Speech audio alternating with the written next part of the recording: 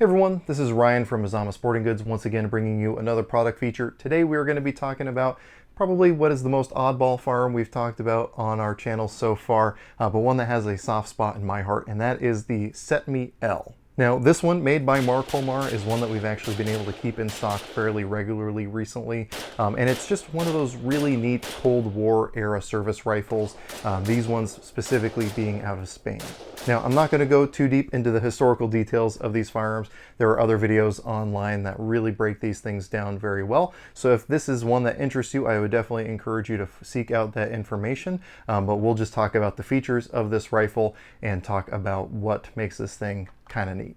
So one of the cool things about the MarColMar produced CETME Ls is they are able to use a lot of the original Spanish parts due to some of the American components that they include. So we have, starting up here at the front, the actual original Spanish three-prong flash hider, which works fairly well for reducing flash. I was shooting this thing in pretty low light conditions at one point, and it worked very, very well and was keeping the muzzle flash down even with full NATO spec ammunition. Moving back, we do have a ring here for attaching any CETME style bipod. So those clamp-on style bipods, of course, if you don't want that, it's not going to do anything to affect the gun. We do have a bayonet lug here on top. The CETME Spanish style family rifles have a top mounting bayonet, which is always one of those weird quirky things that I at least appreciate. We do have a sling swivel here on the left side of the gun, so if you wanted to attach more original slings, you can absolutely do that. If you have enough ingenuity, you can obviously adapt that to work with more modern slings as well.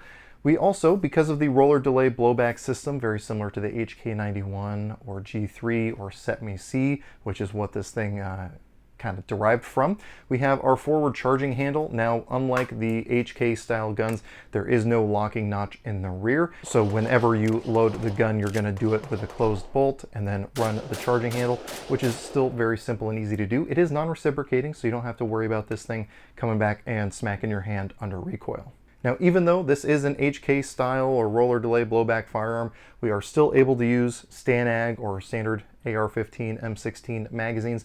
So the one that comes in it is just your standard aluminum GI style magazine. However, because of the STANAG pattern, you can also use more popular modern magazines like a Lancer magazine here, which we did function test in this firearm and had 100% reliability. Now, for those of you who have never used a roller delay blowback firearm, they are very well known for having smooth recoil impulses due to the way that the recoil mechanism works. So when you pair that with something like 5.56, which has a fairly soft recoil impulse already, you have a very smooth shooting gun in this CETME L.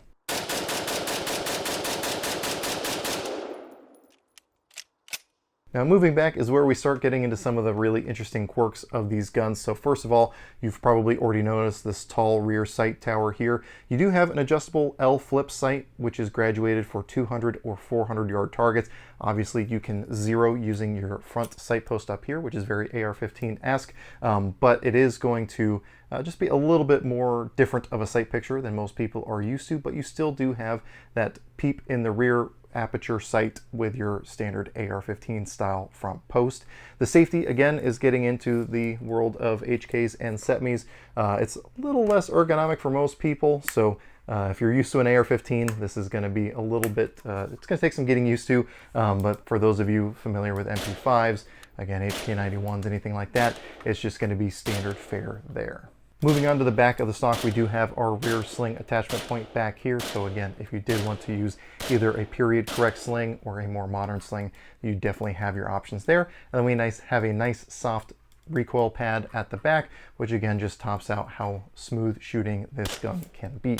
Now, again, we're not going to be digging super deep into the historical aspects of these rifles, but there are some very good videos online breaking that down and talking about how faithful of a reproduction these MarColMar CETME Ls actually are. Needless to say, the fit and finish and attention to detail in the quality of manufacture on these rifles is really nice, and I had kind of a blast shooting one of these, which is why I'm actually going to be picking up one of these myself. So like I said, we have been able to get a hold of quite a few of these even during these dark days of panic buying.